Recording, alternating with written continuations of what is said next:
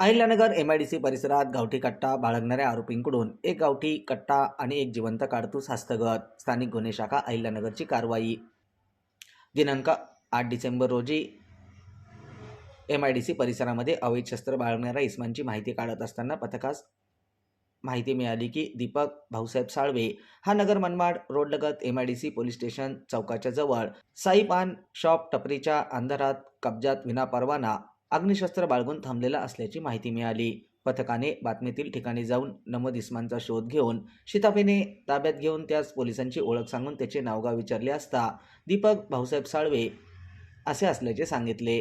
2 पंचांसमक्ष झडती घेतली असता त्याच्या ताब्यातून 30,000 रुपये किमतीचे एक गावठी बनावटीचे पिस्टल, 1,000 रुपये किमतीचे एक जिवंत काडतूस असा एकूण 31,000 रुपये किमतीचा मुद्देमाल जप्त करण्यात आला.